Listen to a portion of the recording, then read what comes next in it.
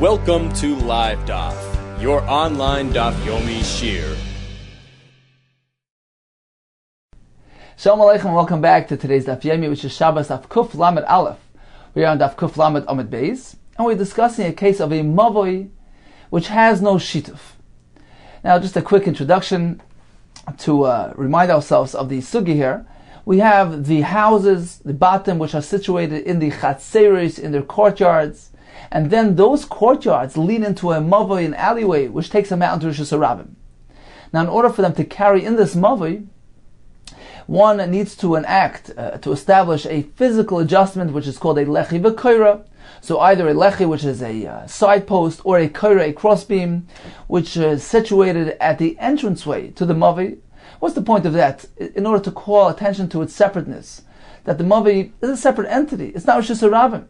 Because technically speaking, the mavoi is really Rosh Hashanah. It's a dead end. It's a three-sided mavoi with mechitzas on three sides. It's only the fourth ruach, the fourth side, which is open to Rosh Hashanah. So in Torah, it's completely Rosh Hashanah. However, the Chacham were concerned that if one carries throughout this alleyway, perhaps this will bring about confusion. One will say, well, if you can carry in here, why not carry in Rosh Hashanah?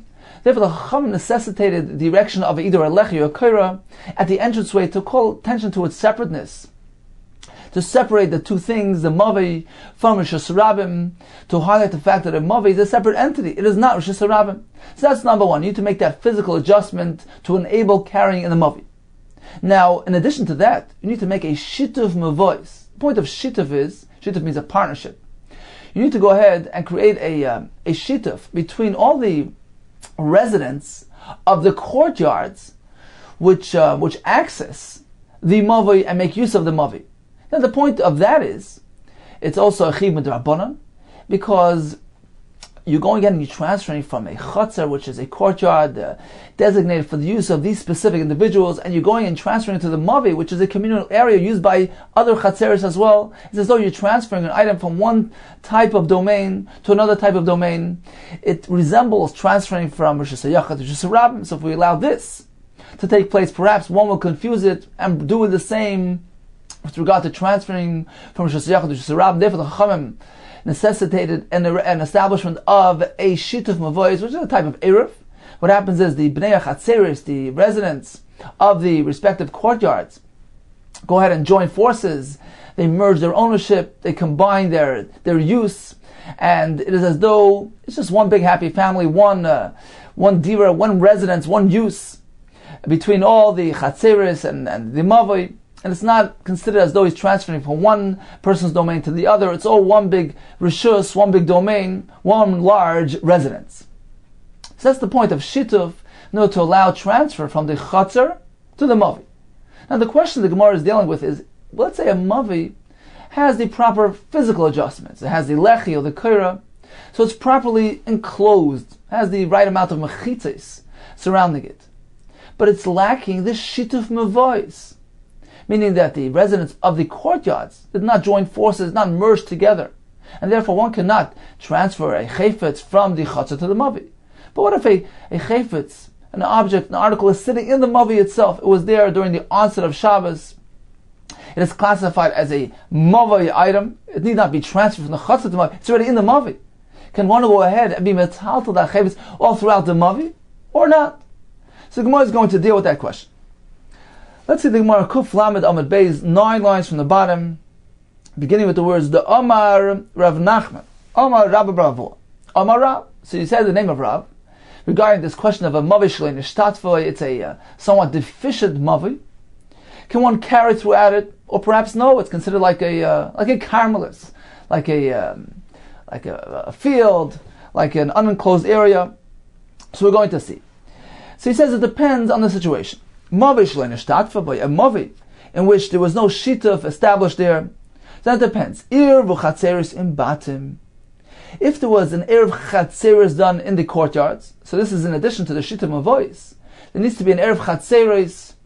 The point of that is to allow carrying in the courtyards. So erev chatzeris merges the residents of the courtyard, because in each courtyard there's another issue. How could we transfer from the personal homes from the bottom into this communal chutzner, this courtyard, once again, it appears as though he's taking from one domain to the other. He's taking from Reuven's home into this area which is shared by all others.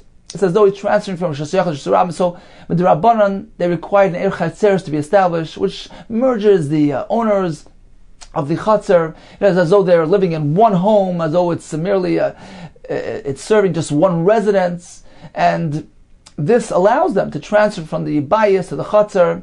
He's simply taking from one residence to he's just transferring throughout this one residence. It's all considered one big happy family. It's not as though he's taking from his domain to the communal domain. They're all living together. It's like one big family. So that's the point of Erev Chatzeres.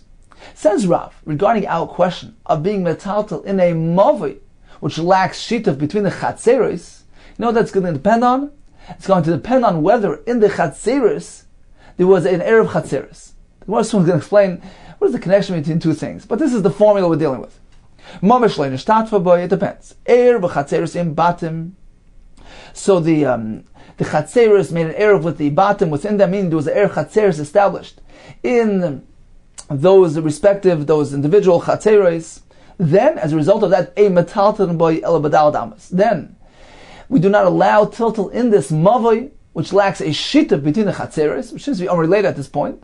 But that's the formula we're learning. That if there is an Erev in the Chatzeres, that does not allow being metaltal in this mavoi, elabadal damas, only within 4 amas, one cannot freely carry through the mavoi. However, lo Erev Chatzeres in bottom. If there was no Erev Chatzeres established in the courtyards with the homes, mutal taltal b'kulei, that allows us to be metaltal throughout this entire mavi. This article of this chayfetz, which was sitting in the mavi at the onset of Shabbos, can be freely transferred throughout the mavi, even though the mavi lacks a shit of mavois. So the Gemara is going to try to explore what is the connection between the Erev in the courtyards with the halachic status of the mavi.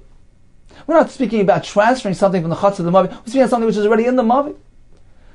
Amalei Rav Chanina chuzah l'Rabba. Ma'ishna, what is the difference? Ki'ir v'chatzeres in batim. He's going to try to explore what is the correlation between the two things.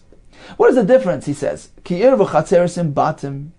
When the Chatzeres merged, made an Erev with the bottom within them, meaning there was an Erev Chatzeres established in the courtyards, which in this case, the Nidku Chatzeres, but also bottom. The Chatzeres became detached, meaning they become nullified from their status. Rashi says they're a bottle to the bottom, and there's no shame, there's no status of Chatzer on them any longer. Why? Because once the Erev Chatzeres was established in the courtyard, what happens is that the Chatzar becomes secondary to the homes. It's designated for the use of the homes because one freely transfers from the home into the courtyard, so they don't have their own independent status. They're simply serving the homes, and they're not regarded independently. They're not reckoned here. So it's as though we just have homes without courtyards.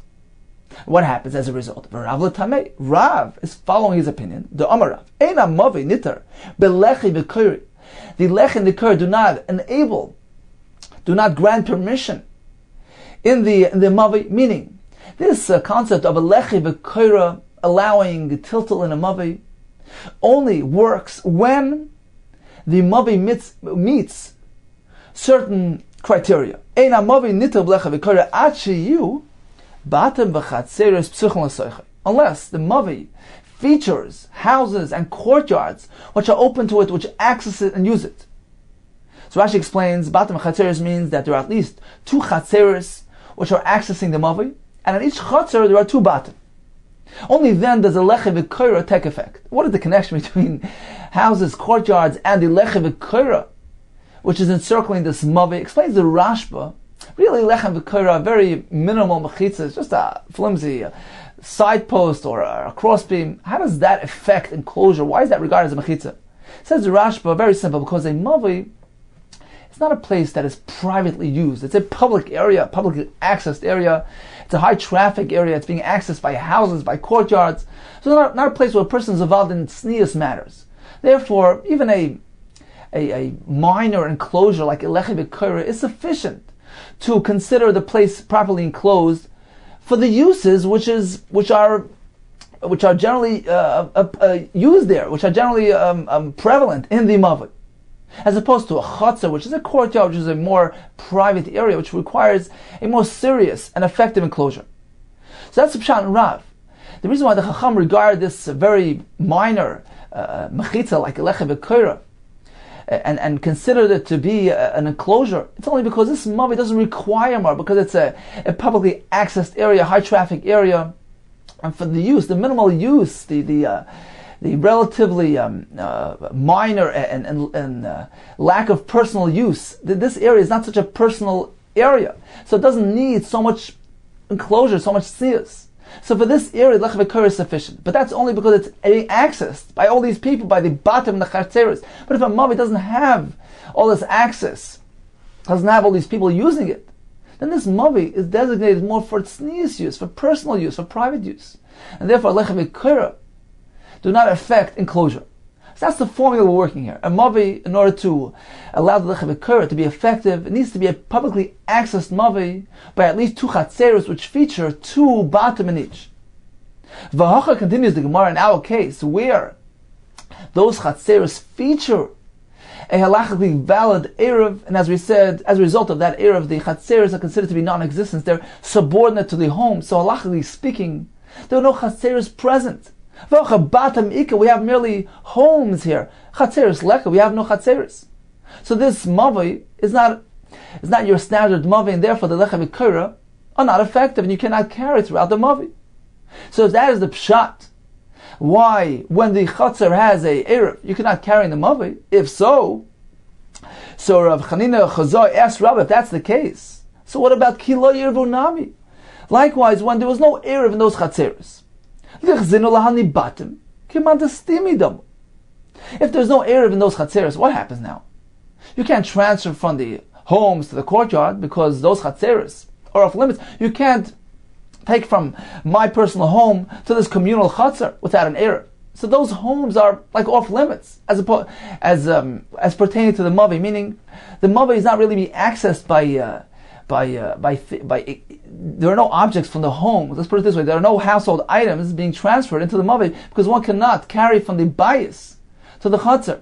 So as far as the mavi is concerned, there are no bottom. The bottom out of the equation. So says the Gemara, Kilo Yever Nami. Likewise, when there was no erev done yet to the chatzeres, let's view these homes as if they're shut out, as if they're closed off. They're out of the equation.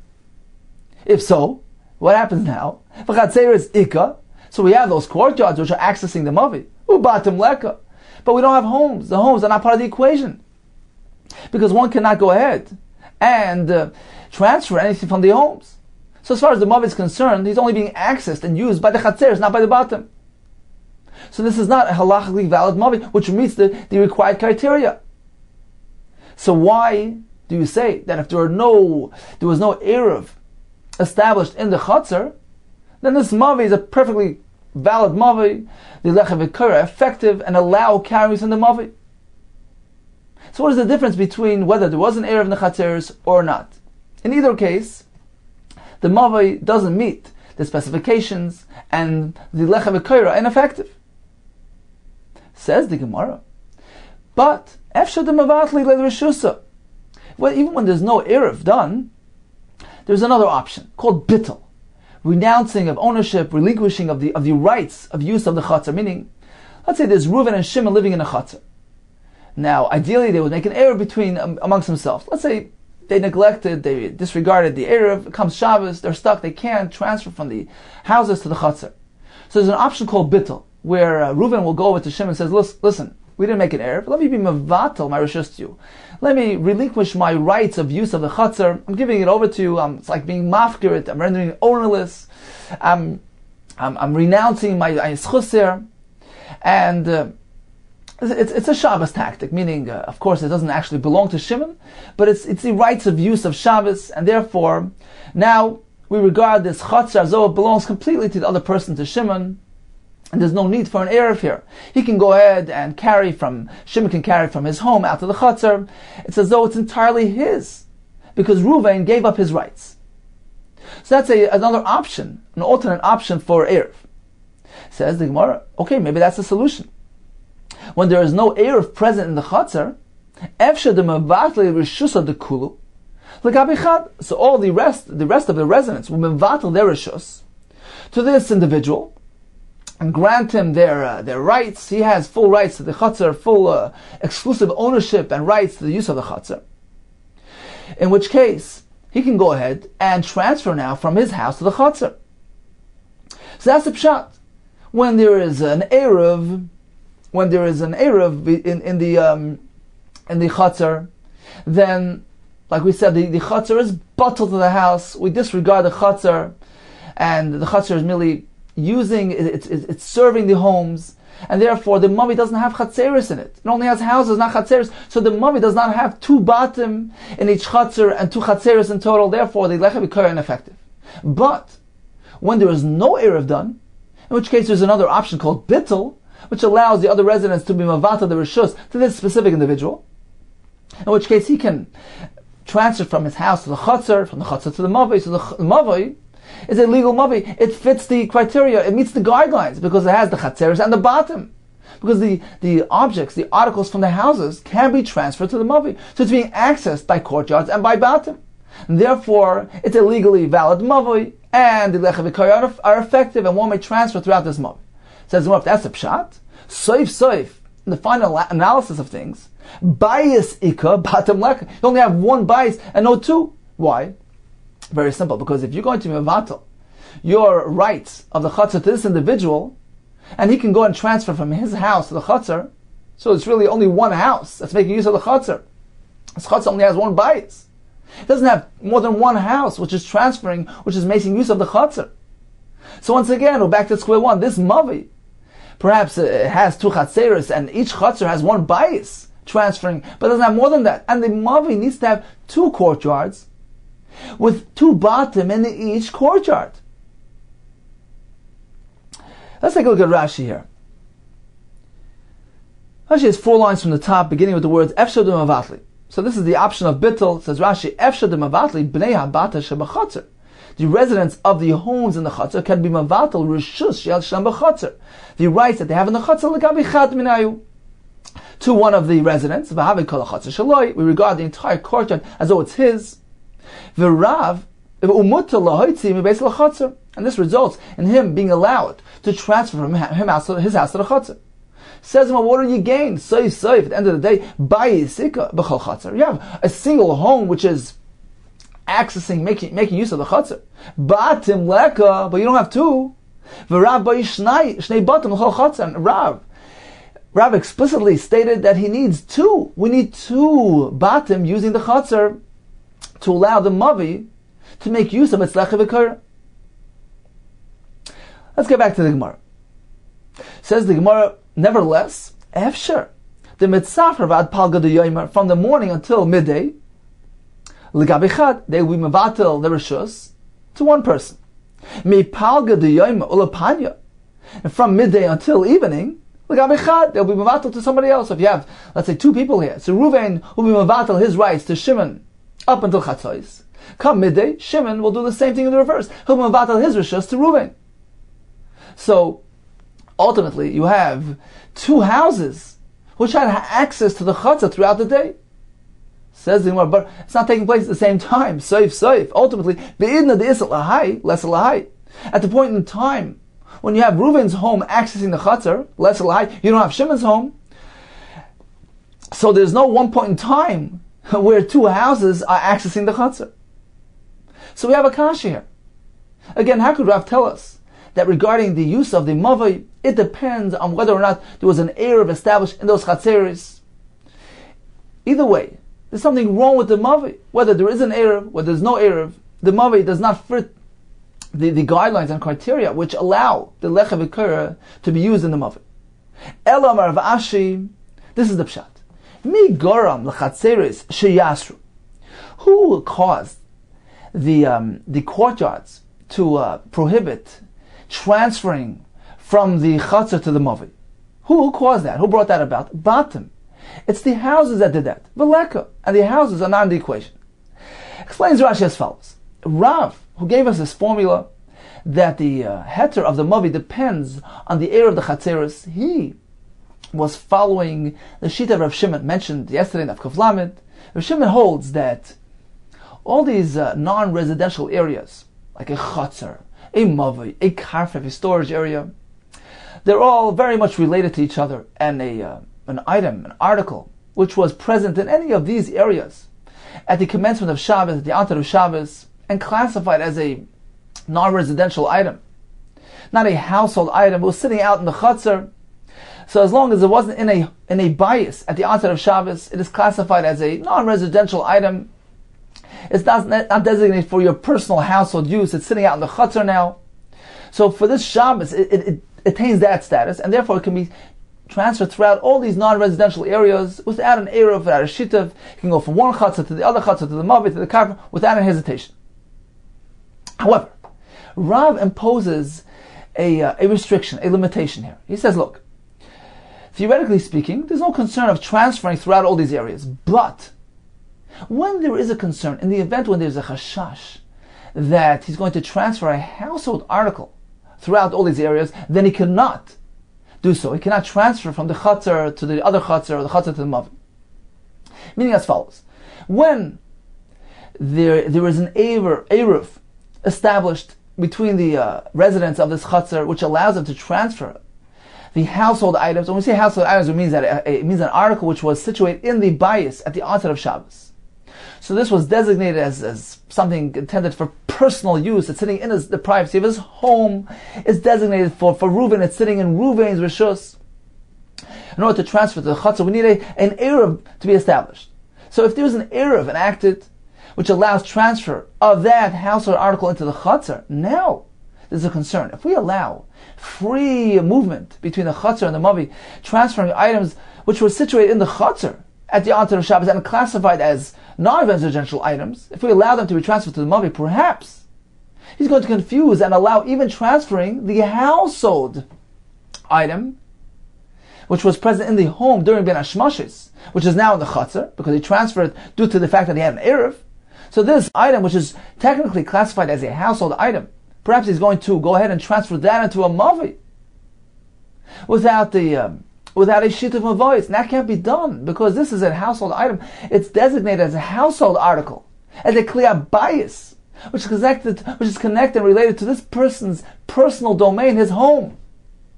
Rav Shimon was only speaking about articles which were found in the chutzner during Ben Hashmashis, but not an article which is a household item. Therefore, Rav says, when there is an eruv established which allows transferring from the home to the chutzner, in which case the household articles are prevalent in the chutzner, then we must be careful.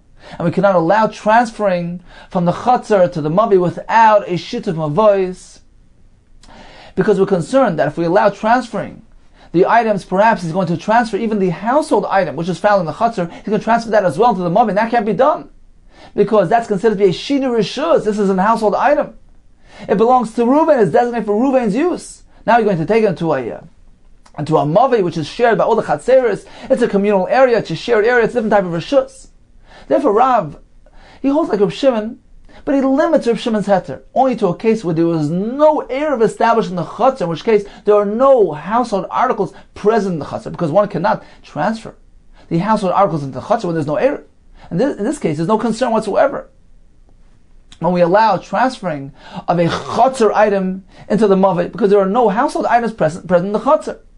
So that's Rav Shimon and Rav. Rav says like this: can we transfer items throughout a mavi?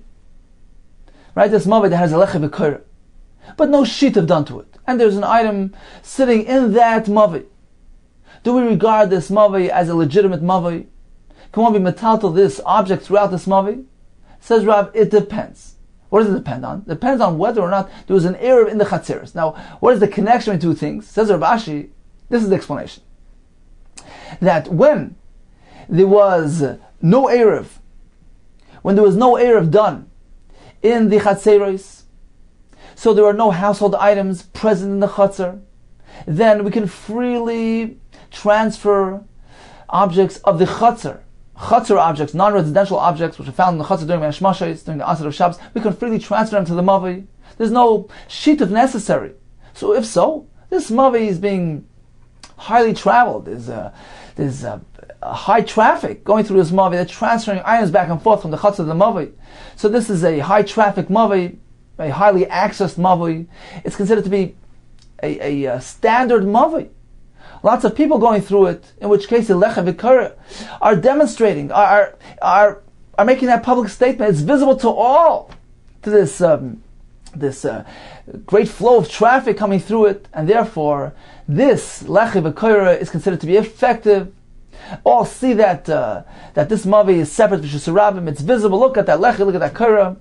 This mavi is highly traveled. It's not a Carmelis. It's considered to be a standard mavi, a typical mavi, and therefore one can freely transfer throughout this mavi. So an object that was there during the onset of Shabbos can be moved around through this mavi without any concern whatsoever. That's only in the case where there was no Erev done in the Chatzeris. However, if there was an Erev done in the Chatzeris, in which case one can transfer a household article into the Chatzer, right? The Chatzer enables that, allows that transfer, in which case we no longer allow free transfer from the Chatzeris to the Mavi without a shituf. Why?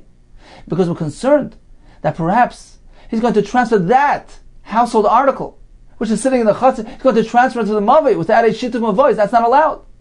So in this case, Rav prohibits transferring items of the Chatzer, even something which is classified as a Chatzer item was sitting there during the onset of Shabbos. He can't transfer into the Mavi without a shituf mavois, which combines the ownership, which merges the rishus of the Mavi, of the Chatzeris, and makes them all into one big happy family. Only in that case can he transfer. But if there was no shituf done, he cannot transfer from the Chatzer to the Mavi, lest he go ahead and transfer this household item as well. So in this case, since the access to the Mavi is limited, so there's a weak flow of traffic and use of this Mavi, it's not considered to be a standard typical Mavi, in which case the Lecha V'Koira are not effective any longer, and therefore regarded as a Carmelis, because this Lecha V'Koira is not visible to all. It's not making that public statement. There's hardly anybody using the Mavi. Likewise, the fact that there's hardly any people there, it appears like a Carmelis. There's different reasons why the Mavi is not regarded as your standard typical Mavi, and therefore one may not freely move around through this Mavi. You can only be metaltal. A chayfetz which was sitting in the Mavi at the onset of Shabbos, he can only transfer this within 4 amas, and no more than that. So now we understand, Rav. Once again, the point here is a Mavi which has a Lecha V'Koira, but no shituf was established between the Chatzeris to allow free access to the Mavi. Rav says, look, it depends. The question here is, can I go ahead and be metaltal a chayfetz which was sitting in this Mavi during Ben Hashmashas? Can I be metaltal throughout the Mavi? Do we view the Mavi as a standard Mavi, as a perfectly enclosed Mavi, or do we say no? We look at it like a Carmelis, and one can only transfer within 4 amas? Says Rav, it depends on the status of the Chatzeris, the courtyards. If there was an erev done there in which the klei abayis are being taken out to the Chatzer, then there's no free access from the Chatzer to the Mavi without a shituf. So this Mavi that doesn't have a shituf is lacking traffic. It's not considered to be a typical Mavi. One cannot carry throughout it. If the Chatzeris do not feature an erev, in which case there are no articles being transferred from the bottom to the Chatzer, in which case there's no concern. We allow transfer from the Chatzer to the Mavi without a shituf. So this is a highly traveled area. It's a highly accessed area. It's considered to be a typical Mavi, in which case the Lecha V'Koira is indeed effective and allows free carrying throughout this Mavi, an item which was sitting in this Mavi, or even the items which are sitting in the Chatzeris, can be transferred into this Mavi and be carried throughout the Mavi. Continues the Gemara. Going back to our Mishnah, where Belezer told us a Chiddush. Not only can the Bris Milah be done on Shabbos, but even the Machshirim, even those preparations which enable the mitzvah, can be done on Shabbos as well. Continues the Gemara. Omar, around 10 lines from the top, Omar Abchia bar Abba Rav Yechanan, Loi lekoil, not with regard to all mitzvahs. Does Reb Lezer apply this concept that the preparations of the mitzvahs are push away Shabbos, can be done on Shabbos when it involves a malacha? Loi lekoil, Omar Reb Lezer Machshira mitzvah, Doichnas Shabbos. Why? Sharei, because we find Sharei Shtei Alechem, Choyves Hayomein. We have a carbon called Shtei Alechem, the 2 loaves which are brought on Shavuos. They are Choyves Hayoim, Zerchiv, to bring them today on Shavuos. Nevertheless, the machshirim of this mitzvah, the preparations, need to be derived from a drasha to allow it. It's not just plain logic. It's not something which is a formula which is applied to all mitzvahs. We see that the Gemara requires a special derivation to allow it. Rabbi Lezer only derived and learned the allowance to do the machshirei mitzvah of the shtei lechem on Shabbos. He learned it from Gzeir Shava. The Sani was learned on a brayso. How do we know that the machshir and the preparations required for the shtei lechem, for instance, the baking of the shtei lechem, adaycha Shabbos? How do we know that? Nemra hava ba'omer. We learn it from Gzeir Shava. The Torah employs the term hava by the omer, which is the mincha, which is brought on the 16th day of Nisan, made of barley. So the Torah there uses a term of hava, v'havesem, v'nemra hava b'shtei lechem. The Torah uses a similar term when it comes to shtei lechem. So we connect the two things. Ma hava ha'amura ba'omer, just as when the Torah employs the term of hava by omer, machshir and deichnas haShabbos, its preparations. No, push away Shabbos can be done on Shabbos when we go ahead and harvest the grain for the minchas ha'omer. Af hava hamur b'shtei lechem. Likewise, when the Torah employs the term hava by shtei lechem, there too machshir and deichnas haShabbos, the preparation of shtei lechem will push away Shabbos and can be done on Shabbos as well. Let's take a look at Rashi, who explains to us how do we know indeed that the machshir of the omer deichas Shabbos. So Rashi here is towards the bottom. So the Rashi widens. And above the wide lines, it's 9 lines above the wide lines. Beginning with the words Mahava Hamura Ba'omer Machshireh. So just as the Omer, the Machshir, Mahinu Ktsira, harvesting, Tchina, grinding, V'akada, sifting, Shalot, Dechans HaShabbos, the Aminu B'Vanachas. Rashi brings the Gemara, which says as follows: B'chorish B'katza Tishbais. The Torah says you're meant to rest from plowing and from harvesting. Then the Gemara learns a hekish. Ma chorish rishus av katzer rishus. The fact that the Torah connects harvesting and plowing, the Torah is indicating to us from what type of ksira, cutting, you refrain. Only something which is similar and equated to plowing. Just as plowing is always rishus, it's arbitrary. There's never a charisha of mitzvah. So likewise, when the Torah speaks about katzer, we're speaking about a katzer of rishus, a non-mitzvah harvesting. And that is a type of katsira you must refrain from. Yotza ksira. So omer, this comes to exclude the harvesting for the omer she mitzvah, which is considered a mitzvah. As the Gemara will tell us soon, that there's actually a mitzvah to harvest for the sake of the omer lishma. So we see from this pasuk, from this drasha, that the katsira of the omer, even though it's merely preparation, it's machshir mitzvah, it is deichas Shabbos. The Gemara connects the omer to the shtei lechem. Likewise, the shtei lechem, the preparations of it are deichas Shabbos. So we see from here that a drasha is necessary to teach us the allowance of machshir mitzvah being deichas Shabbos by shtei lechem. So we see it doesn't apply to all mitzvahs. We need to have a makar source for it. Get back to the Gemara. So we had a Gzeir Shava. From Omer to shtei lechem, says more mufni. Apparently this Gzeir Shava is free, it's available. The words which are employed in this connection, Gzeir Shava, are free and available, not being used for anything else. Why? The Ilay Mufni, because if those words are not really available, not free for this purpose, meaning there are two types of Gzeir Shavas. Sometimes we use words which are mufni, which are not being used for anything else, which are not necessary for anything else, to teach us anything else. They're simply available, free, and available for the Gzeir Shava, in which case we cannot ask on it. We cannot attempt to refute the Gzeir Shava, because as Rashi explains elsewhere, it's as though the Torah specifically gives us this halacha, specifically states this halacha. The fact that those words are extra is tantamount to actually explicitly stating the halacha. So there's no way we could refute that halacha. But if the Gzeir Shava is using words which are needed for other purposes as well, it's considered to be a Gzeir Shava which is not mufna. Now, we certainly can use the Gzeir Shava if we have no reason to refute, but if there's a perach on the Gzeir Shava, if there's a reason to challenge it, we may do so. Says more, apparently in our case, it's mufni. Those words are available and are free to be used for the Gzeir Shava. Why? Because otherwise, one could go and challenge and say, Malo Omer, how could you compare the two things? Malo Omer shekeni matzah katzer kaitzer. Omer has that distinction because even if you find grain which is available in matzah katzer, he finds harvested grain kaitzer. He must go ahead and cut for the sake of the mitzvah. So the ktsira itself is part of the mitzvah. Therefore, surely it's done on Shabbos.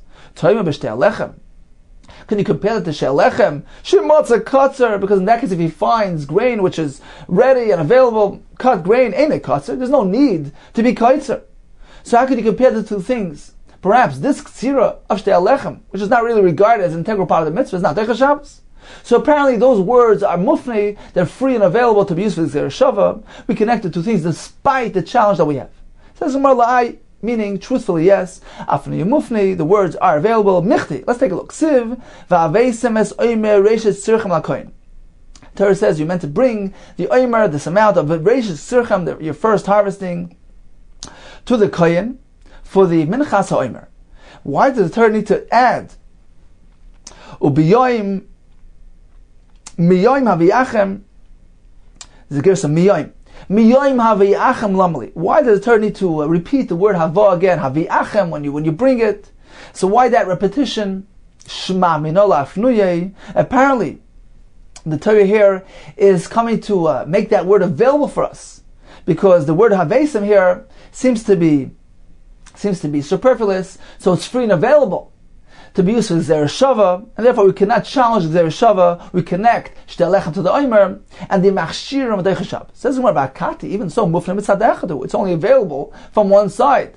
So the word Avesim is free and available from the Omer side of things. So it's only a half Mufnim. V'shamini l'Rabbi Lezer.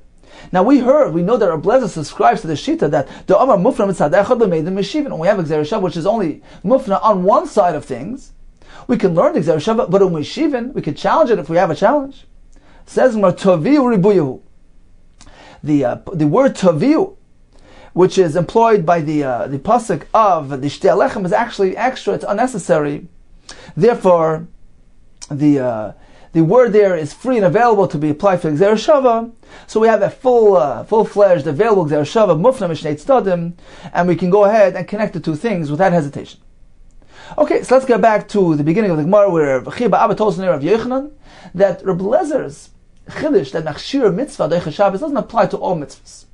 It says, what is he coming to exclude? For example, which mitzvah do we find that the preparation is not Deicha Shabbos? Lulav, is he coming to exclude Lulav? Then one cannot go and prepare the mitzvah of Lulav on Shabbos, for instance, going and cutting the Lulav off the tree. That's not allowed. V'atanya. But haven't we learned in the price? Lulav v'chol machshir v'deichas Shabbos. Lulav and all its preparations, all its enablements are Deichas Shabbos, the very blessed. Apparently he's come to exclude Sukkah, that the machshir of Sukkah not Deichas Shabbos. V'atanya. Haven't we learned in the price? Sukkah v'chol machshir Deichas Shabbos, the very blessed. So we find there as well the preparations override Shabbos. Ve'elumutei matzah. We come to exclude matzah. V'atanya, haven't we learned? Matzah v'chol machshireh deichas Shabbos. Matzah and all its enablements and all its preparations are deichas Shabbos. The very blessed. Ve'elumutei shofar. Apparently, he's coming to exclude the preparations for the mitzvah of shofar.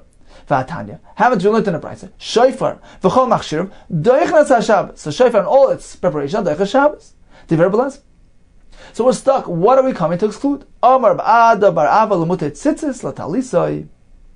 We're coming to exclude the preparations of the mitzvah of tzitzis.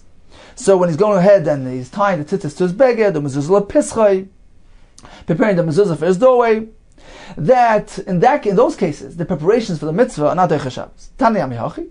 We learn likewise in the Brights of Shav, and all agree, Shem Tzies Talisai, if he went ahead and he did the malacha for the tzitzis, Rashi learns Tzies Talisas means he hung the strings on the beged. Other Farshim say he spun the threads for the tzitzis, or v'asa mezuzah lepischai. So he went and he prepared the mezuzah for his doorway. He wrote the mezuzah on Shabbos. Shu chayiv. He did these on Shabbos. He's chayiv because these preparations do not override Shabbos. My time says, well, what's the difference between these and other mitzvahs? Because these things are not designated to a specific time. They're not really time related, as opposed to the other mitzvahs. All those things are very much time sensitive. So these are different, and therefore these are not Deichas Shabbos. Just the opposite. But the Ein Kavula and Zman, since they're not really established within a specific time, these things are prevalent all the time. Mezuzah tzitzis, they're ongoing mitzvahs. Kol shata v'shata zimnenu. If so, their time it goes ahead and is spread throughout. Meaning, at any given moment, one is obligated to be mekayim these mitzvahs, and perhaps there's all the more reason to allow one to do these on Shabbos because he's missing out on the mitzvah. Ella Amar Rav Nachman Rav Yitzchak v'itayim Rav Huna b'Rei Yeshua. Hoil v'yodel afkirin. What is the deficiency of these specific mitzvahs of talis and mezuzah don't allow the machshirin to be done on Shabbos because it is biyodel afkirin, is within his hands, within his ability to be mafkir, to render his objects ownerless. It can be mafkir his talis, it can be mafkir his home, in which case he has no obligation to apply tzitzis or mezuzah. So being that that's the case, there's no justification of doing it on Shabbos. Amamar, so we just learned lulav, v'chamachshirav, lulav and all its preparations, doichnas HaShabbos. Divrei Reb Eliezer. Says Menolei l'Reb Eliezer ha. Now we know that we need sources to enable, to allow the machshir to be done on Shabbos. How does Reb Eliezer know that the preparations of lulav justify chilul Shabbos? Perhaps, can we derive it with a mamatzinu? This is a formula that just as we find by the Omer Shtel Lechem, that the Machshirim Adaycha Shabbos, as we learned earlier, likewise, when it comes to the cutting of the lulav, of the tree, perhaps there's a difference. Shekein Tzarech Gavoya. The Omer Shtel Lechem, their Karbanas brought in the Beis HaMikdash, is considered to be Tzarech Gavoya, the heavenly need. It's for Hashem's sake. It's a carbon, has its own classification. Unlike lulav, which does not have that element. So perhaps that does not justify the melacha be done on Shabbos. Elo makra, we learn it from a pasuk. B'yoyim, the pasuk says, "Lokachtam lechem b'yoyim harishayin." So why does the pasuk need to mention b'yoyim? The pasuk could have simply said, "Lokachtam lechem b'rishayin." Why b'yoyim harishayin? It's coming to tell you afilu b'Shabbos, even on Shabbos. Well, my hilchasa. What is the pasuk coming to tell you? What is the pasuk allowing to be done on Shabbos? The pasuk is telling you, you can go ahead and pick up that lulav, shake it, tiltal, move the lulav. Don't worry about muktzah. Isra the mishri tiltal. Does the Torah need to come and tell us that moving a muktzah item on Shabbos is allowed? The whole concept of muktzah was only established by the Rabbanan later on. So it can't be that the pasuk is coming to allow that. Ella l'machshirav. Apparently the pasuk here is allowing even doing a malacha for the sake of preparing the lulav, for instance, cutting it off the tree. So this is a source, according to Reb Eliezer, which allows the machshirim of lulav to be done on Shabbos. V'Rabbanan, what about the Rabbanan who disagrees with Reb Eliezer? What do they do with the word of Bayoim? They need a pasuk of Bayoim b'layla. That one may only take the lulav by day, but cannot perform the mitzvah of lulav at night. For Reb Eliezer, Bayoim b'layla, how does he know to exclude the night? Nafklei, he learns it from the ending of that pasuk. So you're meant to be besimcha with the lulav before Hashem for 7 days. The pasuk stresses yomim. So nights are excluded from the mitzvah of lulav. Rabbanan. What do Rabbanan do with the word yomim? Isrich. The pasuk needs to specify yomim. Why? Rabbanan. Why do the Rabbanan need with the word bayoim to go ahead and teach us that the mitzvah of lulav only applies to day and not night? We already know that from the ending of the pasuk of Shivas Yamim. Meaning, why isn't Reb Eliezer derivation sufficient for the Rabbanan? So Rabbanan will have an extra word. The word lokachtam bayoim orishan seems to be extra. Why can't they learn it from Reb Eliezer's source? Rabbanan isrich. The pasuk needs to go ahead and stress for us lokachtam bayoim orishan, to tell us that it cannot be done at night. Perhaps I would think Neilav Shivas Yomim. Misukkah, perhaps I can go ahead and attach, make Gzera Shava. The word Shivas Yomim, which the Torah mentions by lulav, I can go ahead and learn it from the Shivas Yomim, by Sukkah stage Shivas Yomim, that applies to Sukkah. Ma'ala Halan Yomim Afil Leila, just as by Sukkah. Certainly the mitzvah applies not only by day but also at night. Rashi brings that the Gemara Sukkah discusses it.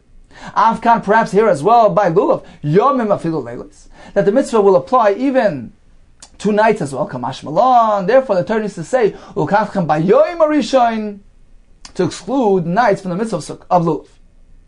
Says the Gemara of Lichter Achmana Belulav. If so, according to Reb Eliezer, we have a pasuk ukavchem bayoim arishayin to tell you even b'Shabbos one can do the machshir or lulav even on Shabbos.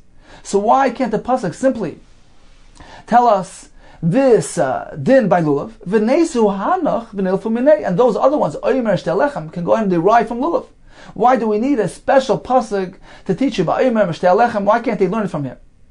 Says the Mifrach, because perhaps I can go ahead and refute. I can separate. I can say, well, Mala Lulav, Shekain Ton Abraminim. Lulav is unique and special because it requires 4 minim. The Lulav, the Esther, the Asma Rabbis. So Lulav is unique and special. Perhaps that's why the Malacha of the Hechsher can override Shabbos.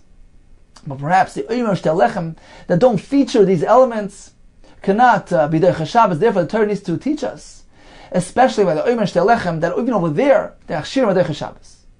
Continues the Gemara, Sukkah v'chol machshirea, Sukkah and all its preparations, Derech Shabbos, they override Shabbos, Divrei Rebbe Lezer. Meno, Leila Rebbe Lezer, how does he know this halacha? If we're going to derive it from Omer Shtel Lechem, just as the Machshirim there are Derech here as well, perhaps there's a big difference. Shekain tzarech gavoya, because the Omer Shtel Lechem are karbanas brought to Hashem. Shekain tzarech gavoyahu, as opposed to a Sukkah. Lulav, perhaps I can learn it from Lulav. We just established that Lulav, according to Rebbe Lezer's Derech Shabbos, so perhaps Sukkah learns from Lulav. Perhaps there's a difference. Shekain ton abar minim, because Lulav is unique; it has those 4 minim as opposed to Sukkah. Ella gomar shivas yamim mishivas yamim milulav.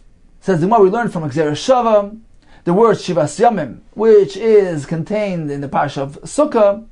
We learn it from the Shivas Yamim, which is mentioned by Lulav, Malahal, just as by Lulav, Machshir of Derech Shabbos, its preparations of Right Shabbos, Afkan, likewise here by Sukkah, Nami, Machshireh, Doichen Es Shabbos.